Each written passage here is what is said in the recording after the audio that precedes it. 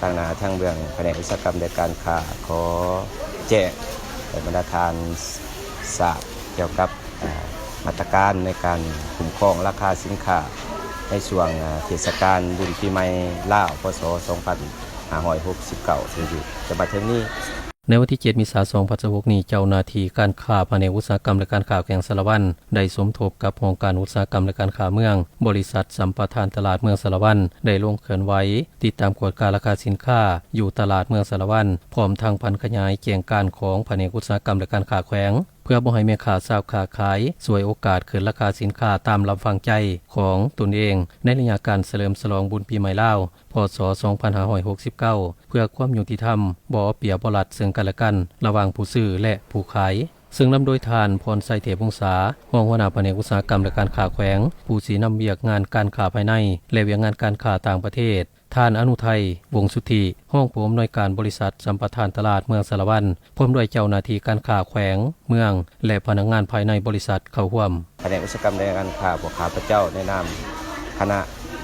คุ้มครองราคาสินค้าขันแขวงก็เลยมีว่างมาตรการเพื่อในการคุ้มครองราคาสินค้าในช่วงเทศกาลปีใหม่ละเอียดดังนี้เนาะมาตรการที่1เป็นพวกเฮาได้มีออกแจ้งการฉบับเด็กที่591ลงวันที่7 เมษายน 2026โดยเฉพาะแม่นให้ผู้ประกอบการพ่อค้าเช่าขายนี่ห้ามช่วยโอกาสขึ้นราคาสินค้าโดยลำพังใจโดยบ่สมเหตุสมผลหั่นแหละเนาะอันที่2แม่นได้ห้ามให้นำเอาสินค้าออกมาขายบ่ให้มีการกักตุนสินค้าหรือว่าให้จำหน่ายเป็นปกติแน่เนาะอันที่3เนี่ยแม่นห้ามจำหน่ายสินค้าที่ว่าที่เสื่อมคุณหรือว่าสินค้าหมดอายุสินค้าเสื่อมคุณต่างๆนี้เฮาก็ให้ห้ามเนี่ยอันที่4มาได้ให้ขายราคาสินค้าตามที่รัฐกำหนดโดยเฉพาะแม่นสินค้าควบคุมอยู่ในบัญชีก็ใน2หมวด10รายการนั้นมาตรการที่2นี่แม่นพวกเฮาจะได้แต่งตั้งเจ้าหน้าที่กวดการค้าแผนกอุตสาหกรรมการค้าพวกเฮาเนาะลงสมทบครับเจ้าหน้าที่กวดการค้า8ตัวเมืองเพื่อติดตามกวดอยู่บรรดาห้างห้านอยู่บรรดาตลาดห้านซุปเปอร์มาร์เก็ตต่างๆพวกเฮาก็ได้แบ่งเป็น2กลุ่มเนาะ2จุใน8ตัวเมืองนั้นเนาะเพื่อสุกอยู่หรือว่าโฆษณาเผยแพร่ให้ผู้ประกอบการเช่าค้าขายให้เข้าใจระเบียบการแจ้งการที่ข้าพเจ้าได้บอกไว้บางปีนี้เนาะการลงเคลื่อนไหวในครั้งนี้เป็นเพื่อติดตามกวดราคาสินค้าตามท้องตลาดที่มีการหนิงติงเพื่อป้องกันการสวยโอกาสขึ้นราคาสินค้าตามระฟังใจบ่สมเหตุสมผลหาประกันบ่ให้เกิดปัญหาสินค้าราคาแพงเกินจริงและปกป้องสิทธิผลประโยชน์ของผู้บริโภคได้นำใส่สินค้าที่มีคุณภาพราคาเหมาะสมกับตัวจริงโดยได้นินใส่สินค้าที่มีผลกระทบไว้ต่อชีวิตการเป็นอยู่ของประชาชนเช่นข้าวสารศีลไข่ปลาพืชผักและเครื่องอุปโภคอื่นๆที่นำใส่ในชีวิตประจำวันผู้ที่ช่วยโอกาสขึ้นราคาสินค้าโดยลำพังใจนี้ก็จะได้ปรับใหม่ตามข้อตกลงว่าโดยการจัดตั้งในการเคลื่อนไหวของเจ้าหน้าที่กวดการค้าเด็กที่0019ในการช่วยโอกาสขึ้นราคานี้ก็จะได้ปรับใหม่แต่1 ล้าน 5 ล้านกีบเนาะตามกรณีนอกจากนั้นก็ได้สำหรับผู้ที่ขายสินค้า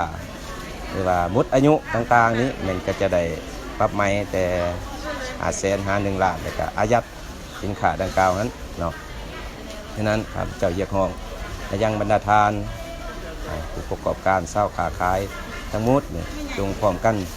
จะตั้งปฏิบัติมาตรการที่ทั้งเจ้าหน้าที่พวกเฮาได้วางออกอย่างเข้มงวดเพื่อเฮ็ดแนวใดให้การจะตั้งปฏิบัติมาตรการของพวกเฮานี้ให้มีความเสมอภาคมาแล้วช่วยทั้งเจ้าหน้าที่พวกเฮาเนาะหากพบเห็นเบาะแสหรือว่าแหล่งข่าวที่น่าสงสัยขอให้แจ้งทั้งเบื้องเจ้าหน้าที่พวกเฮาเนาะโดยเฉพาะแผนกอุตสาหกรรมและการค้าหรือว่าสายด่วน1510ของทั่วประเทศเนาะเพื่อเฮาจะได้แก้ไขปัญหานี้โดยด่วนแล้วเนาะให้ควรทันกับเวลาเนาะเนื่องในโอกาสปีใหม่ลาวพศ2569ที่จะมาถึงนี้ก็ขออวยพรให้ทางเบื้องการนำภาครัฐผู้ประกอบการเช่าขายจงมีสุขมีไส้มีสุขภาพเข้มแข็ง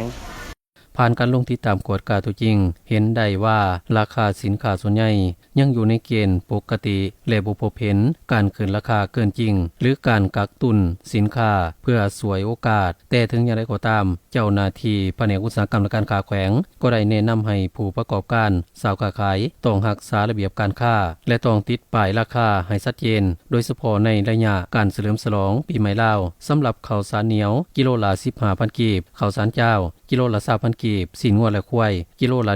120,000 กีบสินหมูกิโลละ 80,000 กีบปลานิลกิโลละ 60,000 กีบและพืชผักอื่นๆก็ให้อยู่ในราคาที่เหมาะสมพร้อมนั้นทางแผนกอุตสาหกรรมและการค้าแขวงยังได้เรียกร้องให้ผู้ประกอบการและชาวค้าขายทั่วแขวงสารวัตรจงปฏิบัติระเบียบการค้าอย่างเคร่งครัดห้ามฉวยโอกาสขึ้นราคาตามใจต้องจำหน่ายสินค้าในราคาปกติตามระเบียบการวางออกและห้ามกักตุนสินค้าเพื่อปั่นป่วนราคาอย่างเด็ดขาดโดยเฉพาะกลุ่มสินค้าบริโภคที่จำเป็นต่อกับการนำใช้เข้าในชีวิตประจำวันต้องติดป้ายราคาสินค้าและค่าบริการทุกชนิดต้องติดราคาเป็นเงินกีบให้จ่ายแจ้งและง่ายต่อการสังเกตของผู้ซื้อตลอดระยะบุญปีใหม่ลาวเพื่อปกป้องสิทธิ์ของผู้บริโภคและรับประกันให้ประชาชนได้บริโภคสินค้าที่มีคุณภาพและราคาที่เหมาะสมต้องได้เป็นเจ้าการในการมีสติต่อระเบียบกฎหมายพร้อมกันสนองเครื่องอุปโภคบริโภคที่มีความจำเป็นในชีวิตประจำวันให้เพียงพอกับความเรียกร้องต้องการของสังคม